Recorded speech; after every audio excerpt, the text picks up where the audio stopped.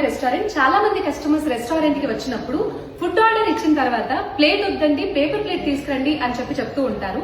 దానికి ఒకనొక reason, restaurant లో చాలా మంది వచ్చి తింటూ ఉంటారు కాబట్టి ఆ ప్లేట్స్ అంత క్లీన్ గా నీట్ గా ఉండవు అన్న ఉద్దేశంతో పేపర్ ప్లేట్స్ అనేవి అడుగుతూ ఉంటారు.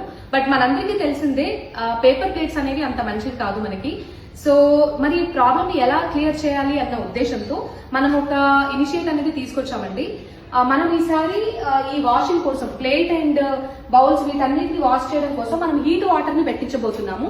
అంటే ఇక్కడ ఎక్కడైతే మీరు ఫస్ట్ చూస్తున్నారో, సో ఇక్కడ మనకి ఈ ట్యాప్ దగ్గర సర్ఫ్ వాటర్ అనేవి వస్తాయండి. అంటే మనం ప్లేట్స్ ఏవైతే ఉంటాయో ఫస్ట్ ఇందులో సర్ఫ్ వాటర్ లో క్లీన్ చేస్తాం మనము. ఈ వాటర్ సర్ఫ్ వాటర్ అన్నమాట. దీని పక్కన ఉన్న ట్యాప్ లో హీట్ వాటర్. సో మీ అందరికీ తెలిసిందే, మనం హీట్ వాటర్ వాడుతున్నామంటే ఆల్మోస్ట్ ఆ ప్లేట్ పైన ఏదైనా కనబడని ఏ బ్యాక్టీరియా ఏది ఉన్నా కూడా హీట్ వాటర్ మొత్తం అనేది పోతుంది. అండ్ ఈ హీట్ వాటర్ లో క్లీన్ చేసిన తర్వాత ఇక్కడ నార్మల్ వాటర్ అన్నమాట. సో ఈ మూడు ఇలా ఉండడం వల్ల, ముఖ్యంగా ఈ హీట్ వాటర్ ఉండడం వల్ల ప్లేట్స్ కానీ, చిన్న చిన్న బౌల్స్ కానీ, చిన్న చిన్న మనం ఆనియన్ అండ్ లెమన్ పెట్టడానికి మనం క్వార్టర్ ప్లేట్స్ యూజ్ చేస్తాము, ఆ ప్లేట్స్ కానీ, ఈ సర్వింగ్ కి సంబంధించిన అన్ని కూడా మనం ఇక్కడే క్లీన్ చేస్తాము. మరి పెద్ద పెద్ద బిర్యానీ హండీలు కానీ, పెద్ద పెద్ద గిన్నెలు కానీ అవన్నీ కింద క్లీన్ చేస్తాం అనమాట ఈ ఏరియాలో, వాష్ ఏరియాలో.